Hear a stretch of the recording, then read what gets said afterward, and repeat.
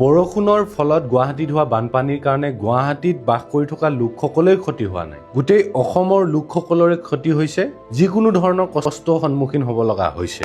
আজি মোৰ জেঠাই ছোৱালীৰ তুলনি বিয়া আছিলে আৰু আপোনালোকে নিজেও দেখিছে যে মোৰ চাৰিওফালে পানী আৰু পানী, এতিয়া মই ওলাব পৰা নাই। মই 3টা কথা ক'ব বিচাৰিছোঁ। প্ৰথম কথা, আমি যেনেকৈ অন্ধভক্তৰ সৃষ্টি কৰোঁ, যেনেকৈ ITCLৰ কৰ্মী সৃষ্টি কৰোঁ, কোনোবাই কোৱা এটা কথাক তল পেলাবলৈ কি কমেণ্ট বেয়াকৈ মাৰিব লাগিব, কেনেকৈ নেৰেটিভ সৃষ্টি কৰিব লাগিব, তেনেকুৱা কৰ্মী থাকে মাহিলী হিচাপত, ডেইলি হিচাপত পইচা পোৱাকৈ। ঠিক তেনেকৈ এই বানপানীৰ সময়ত যাতে বানপানী হোৱাৰ লগে লগে সেই এৰিয়াটোত লোকেল ভলেণ্টিয়াৰ্ছে, লোকেল ইঞ্জিনিয়াৰ টাইপৰ লোকে বা কোনোবা চিভিক অফিচিয়েলছ টাইপৰ লোকে যাতে হেল্প কৰিব পাৰে, যাৰ ফলত নিৰ্দেশ হোৱা, নলাত পৰি বাচ্চা মৃত্যু হোৱা, এনেকুৱা ধৰণৰ ঘটনা নহয়, তাৰ পৰা আমি ৰক্ষা পাব পাৰোঁ। 2 নম্বৰ পইণ্ট, প্ৰধানমন্ত্ৰী, গৃহমন্ত্ৰী আহিলে যেনেকৈ ৰাস্তা ক্লিয়াৰ কৰি ৰখোৱা যায়, ক্ৰিকেট খেল হ'লে, ডাঙৰ খেল হ'লে যেনেকৈ নলা নৰ্দমাবিলাক ঢাকি ঢুকি সুন্দৰ কৰা যায়, ঠিক তেনেকৈ বৰষুণ অহাৰ আগেই নলা নৰ্দমাবিলাক চাফা কৰাৰ ব্যৱস্থা কৰিব লাগিব। 3 নম্বৰ পইণ্ট, উচ্ছেদ অভিযান কৰা এটা ডাঙৰ প্ৰক্ৰিয়া,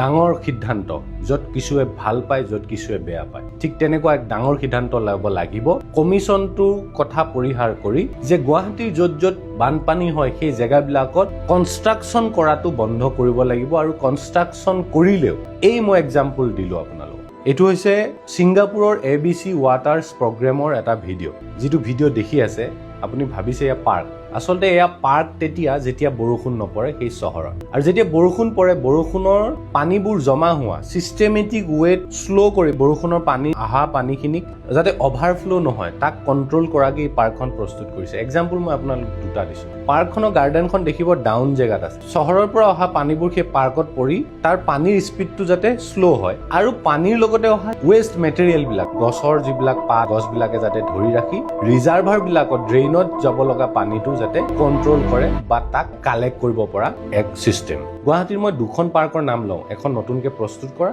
বা এখন কনষ্ট্ৰাকশ্যন কৰা। এখন হ'ল বুটানিকেল গাৰ্ডেন, যিখন ফেঞ্চি বজাৰত আছে, এখন হৈছে নেহেৰু পাৰ্ক, কটন কলেজৰ সন্মুখত। এই 2খন পাৰ্কো যদি এনেকুৱা চিষ্টেমেটিক ৱেত প্ৰস্তুত কৰিলেহেঁতেন, বনালেহেঁতেন, তৈয়াৰ কৰিলেহেঁতেন, তেনেহ'লে হয়তো আমাৰ এই সমস্যাটো অলপ হ'লেও সকাহ পালোহেঁতেন।